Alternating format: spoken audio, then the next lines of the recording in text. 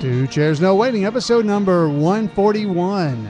Neal Brower interviews Jim Clark and Ken Beck. Two Chairs No Waiting is brought to you each week by the good folks over at Weaver's Department Store. Drop by over to weaversdepartmentstore.com and you can pick up the Andy Griffith Show 50th anniversary DVD, all kinds of other stuff. Hey, you can get Mayberry 101 from Neal Brower over at weaversdepartmentstore.com.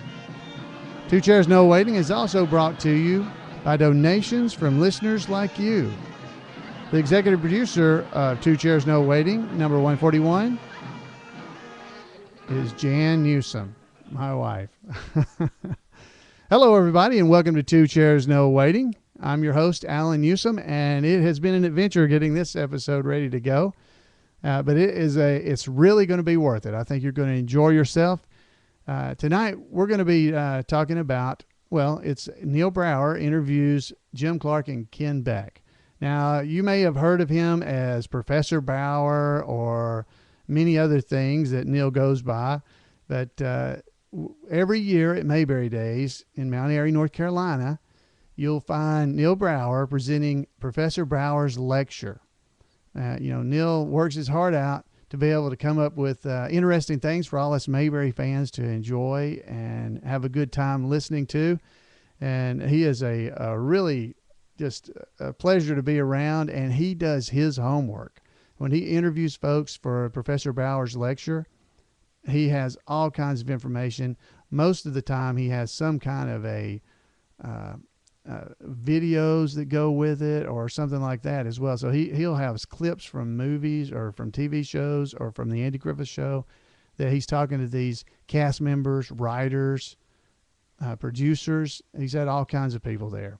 And if you haven't ever been, every year, again, at Mayberry Days, which is the last full weekend of September each year, you'll be able to find Professor Brower's lecture as one of the items you can buy tickets for. And the tickets are about, I think this year in 2011, they're about $7. And you definitely want to take some time to do that. Now, this was last year's Professor Brower's lecture. This is not all of it. I wasn't able to be there. There's always a show that Floyd has to do. Yeah, we have to do a show there. Yeah, we had to do Colonel Tim's Talent Time, the matinee version. So I'm always pressed to be in two places at the same time. But my wife, Jan, which is, she's the executive producer tonight because she was the one who recorded this interview for me. So I appreciate that.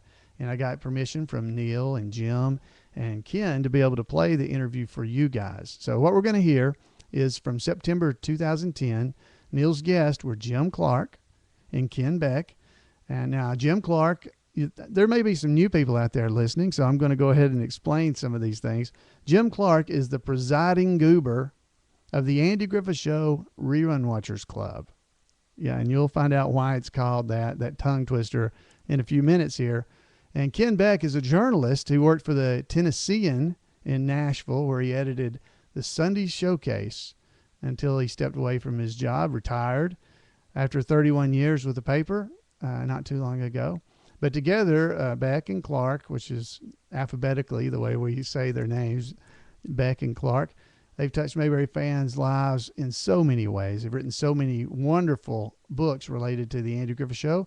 Not only shows directly related, but also cookbooks.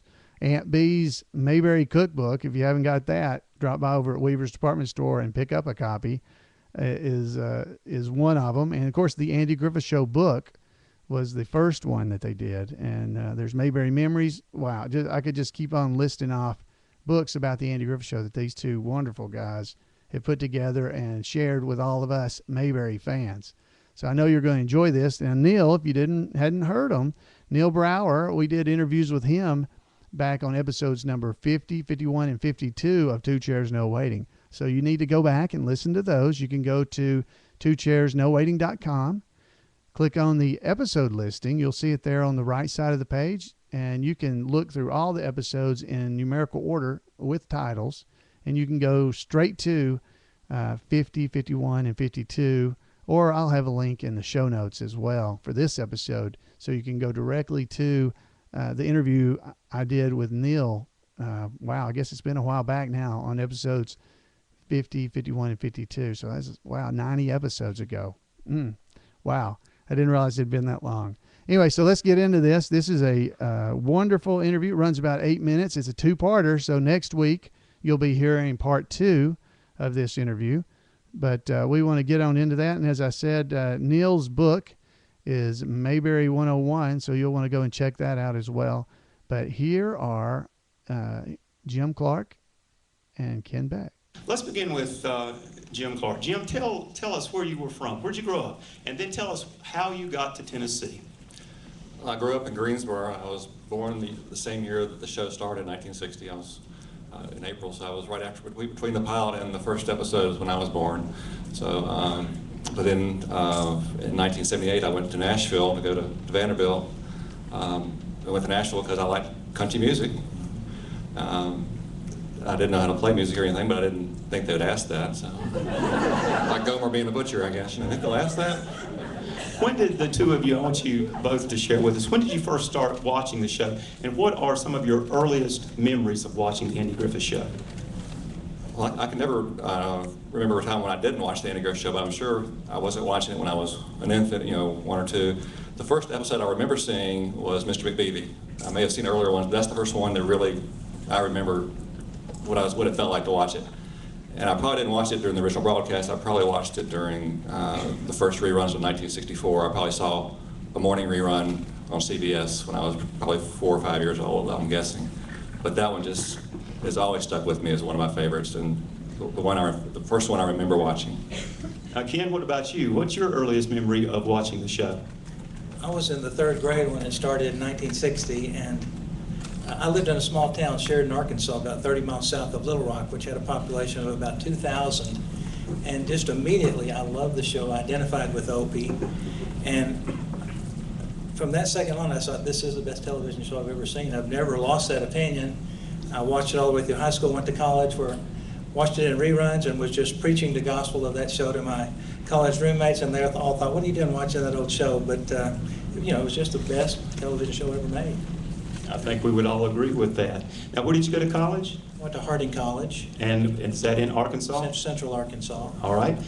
When did you move to Nashville? After I graduated, I came to Lebanon, Tennessee, about 30 miles east of Nashville, and I was a coach and school teacher for 3 years, and I had a journalism degree, and after 3 years I got a job at the Tennessean in Nashville, where I was an editor and writer when I met Jim in 1982. And what type of stories did you write? What type of features did you write? Mainly did a lot of entertainment writing. So I did write some feature stories, but did a lot of interviews with TV actors. And I took every opportunity I had to interview anyone who ever worked on the Andy Griffith Show.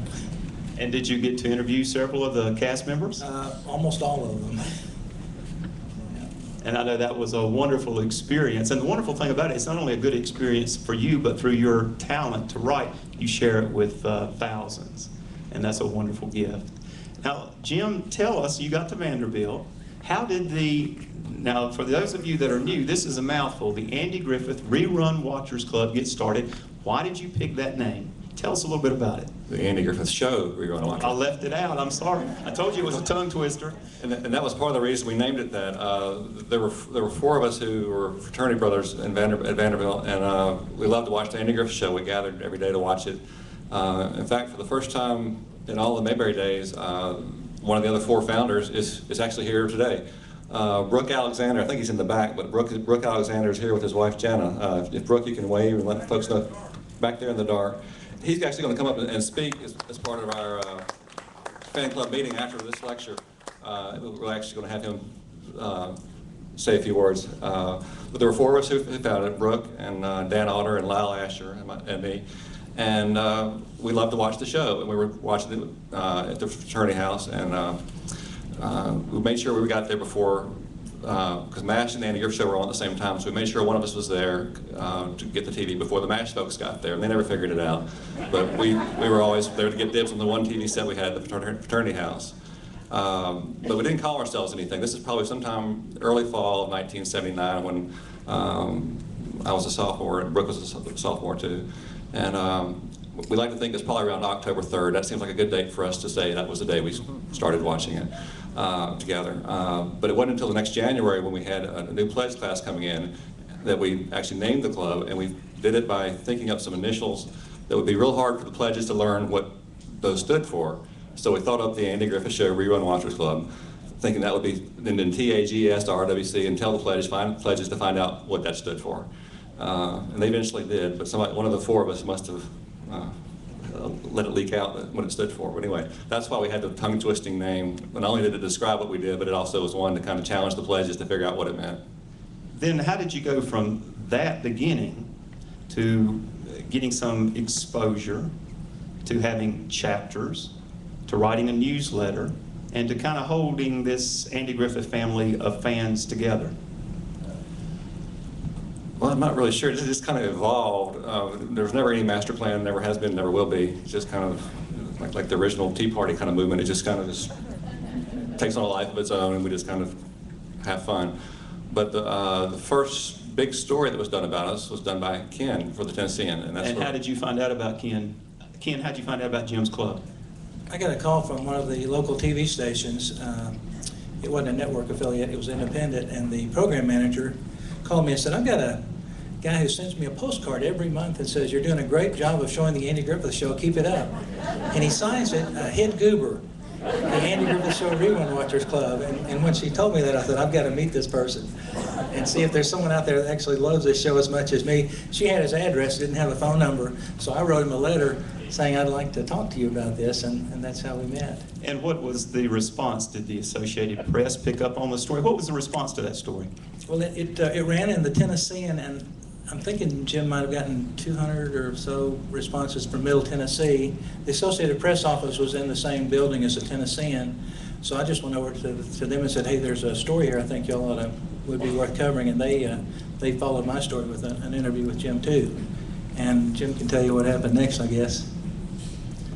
Well, I should also mention that I think the lead in Ken's story was something to the effect of, he looks like Opie growing up, like a tall Carolina pine stepping off a bus or something. You know, just that's how he described him for this great story he wrote. But actually, it got us our first real kind of concentration of members outside of the college where we were, and then the AP picked it up, and then the real big boost came when Louis Grizzard, the great columnist, wrote a column about our fan club, and he happened to put our address in his column, which was, you know, unheard of. But we got several thousand people right from that who wrote to us, and somewhere along in there, I think Ken suggested, you know, you're getting big enough, you probably should do a newsletter, and I think, great, more work. And this is supposed to be fun, but now he's got me writing, you know, newsletters. But I thought, yeah, that's probably a good idea. That's the easy way to communicate with people, because I was writing handwritten notes to everybody who wrote to join. I thought, well, I could do that. I still always include a note with the newsletter, but it's certainly easier to have a newsletter already printed up that I can send with it to tell most of what they need to know. So that's how the newsletter started. We called it the Bullet, as I guess most fans of the fan club would know. That's how we got our start, was the Bullet, because of Barney's Bullet. And it just kind of has kept growing from there. Did you ever, either one of you, imagine that the club and the faithful fan base you have would be what it is? Did that ever cross your mind that this is really growing and it's something that is really going to last? I guess, you know, certainly it's never part of any kind of plan, as I said. And I guess it's kind of like you can't see the forest for the trees. When you're in there doing it, you don't realize that it's you know, you just kind of see the trees around you. You don't realize that there's more beyond those few trees that you can see. So it never really, it's always so small in the way they grow. It's kind of evolved. It never was just like uncontrollable, unmanageable kind of growth. So we were able to kind of not be overwhelmed by any particular stage of our growth, I guess.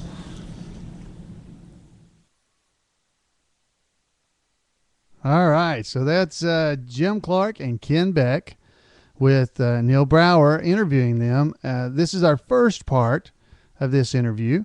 And next week, we're going to hear from Jim and Ken more about how they got started writing the books. They wrote the Andy Griffith Show book.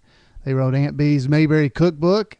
They've written Aunt Bee's Delightful Desserts, Aunt Bee's Mealtime in Mayberry. Then there's also the Beverly Hillbillies Cookbook, Gilligan's Island's Cookbook. They've written all kinds of cookbooks. And so you'll find out how in the world did they get connected up with writing cookbooks, because they talk about that as well. So I hope you guys enjoyed that, and I hope you heard just how much these two men, Jim Clark and Ken Beck, love the Andy Griffith Show. And this has just been a labor of love for him. And Jim said, when he started the Andy Griffith Show Rerun Watchers Club, he never really had a master plan or anything to be able to go out and develop this big club of Andy Griffith Show fans where the current e-bullet, which is the newsletter for the Andy Griffith Show Rerun Watchers Club, has, tens of, well over, 16,000, 18,000 subscribers. So it's just an amazing thing how many people do that. And of course, Mayberry.com and TAGSRWC.com, both are the homes of the Andy Griffith Show Rerun Watchers Club. And, we have hundreds of thousands of visitors each year to those websites. So this is all because of Jim and his 4 fraternity brothers that started the Andy Griffith Show Rerun Watchers Club, so they would get dibs on the TV from the people that like to watch MASH that came on at the same time. So we've got a lot to be thankful for. We've had a lot of wonderful, wonderful Mayberry things to do over the years because Jim Clark and his friends were able to start that club and show that there's a huge interest of things about Mayberry here in this world. So folks, hey, I'd love to hear from you. You can call me at 888-684-8415, or you can drop me an email at floyd@imayberry.com, or you can also drop by twochairsnowaiting.com and leave a message there, or drop by our Facebook page at facebook.com/2chairs. We would love to hear from you and look forward to doing so. You guys write us, call us, let us know what you think about these episodes of the podcast. And folks, we would love to hear from you. So until next week, we'll see you guys next time on Two Chairs No Waiting, the Andy Griffith Show podcast. Y'all have a great week. Bye.